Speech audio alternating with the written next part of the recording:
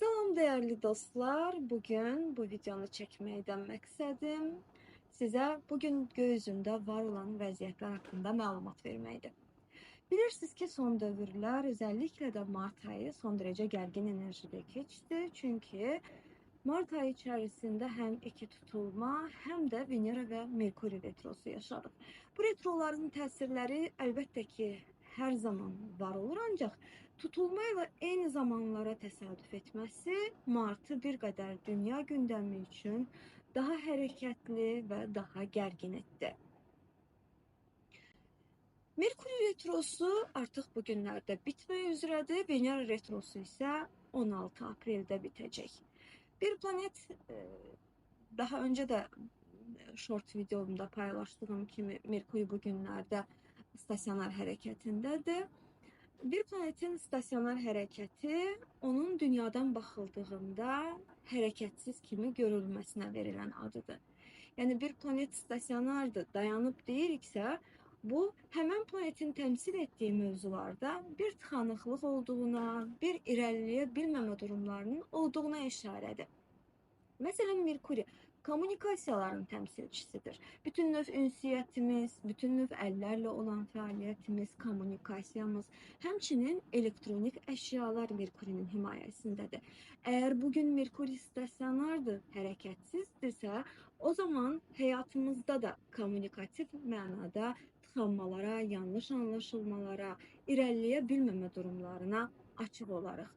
Demek ki, bugünlerde elektronik eşyalarda daha çok nasazlıq, hərəkət halında olan eşyalarda daha çox tıxanıqlıq müşahidə oluna bilər. Bir neçə gün sonra, yani tam Merkuri retrosu stasionarı bittiği gün Venera stasionar rejimə daxil olacaq ki, bu da 10 aprelə təsadüf edəcək. Ve tabii ki, bu dəfə də Venera'nın, yəni münasibətlərin təmsilçisinin tıxanmış, irəliləyə bilməmə durumlarına şahid olacağıq. Demək ki, aprelin tam da ortaları münasibət zəminində daha diqqətli olmamız gerekecek. Venera'nın təmsil etdiyi münasibətlər, həmçinin də iqtisadiyyat, banklar, daha sonra birjalar bu tıxanıqlıqdan daha çox nəsibini alacaq kimi görünür. Planetlərin retro və stasionarı nəyə lazımdır? Bu sualı daha çox eşidirəm hər zaman. Retrolar bizə bir şeyi düzəltmə imkanı verər. Yəni siz düşünün ki, belli bir periyodda herkes öz hayatını yaşayır ve yaxud da dünyanın belli bir gündemi var. Tabii ki bu hayatın içinde səhvlərimiz, yanlışlarımız, doğru gerçekleştirmediğimiz fəaliyyətlərimiz de olur. Ve eğer ki retrolar olmasa o zaman geri dönüp bu problemleri çöze de bilmərik. Demek ki bu retroları faydalı tərəfi ilə geriye dönüp keçmişdə bıraktığımız səhvləri düzəltmək üçün istifadə etməliyik. Retrolardan fərqli olaraq stasionar dövrlərində isə əksinə hər hansı bir fəaliyyətə keçməmək, özəlliklə də daha sonra davam etdirmək istədiyimiz işləri başlamamaq məsləhətdir. Bu dövrü daha çox tamamlamaq üçün istifadə edə bilərik. Bir çətinlikdən, bir xəstəlikdən qurtulmaq üçün stasionar dövrləri çox ideal olacaq. Məsələn, Merkurinin stasionar olduğu bu dövrlərdə ağciyərlər, bağırsaqlarla əlaqəli nasazlıqları, şikayətləri həll etmək adına müalicəyə başlaya bilərik. Bu daha effektiv nəticə verər. Venera retrosunda isə bu dəfə böbrəklərə yönəlik müalicələr alsaq daha effektiv olacaq.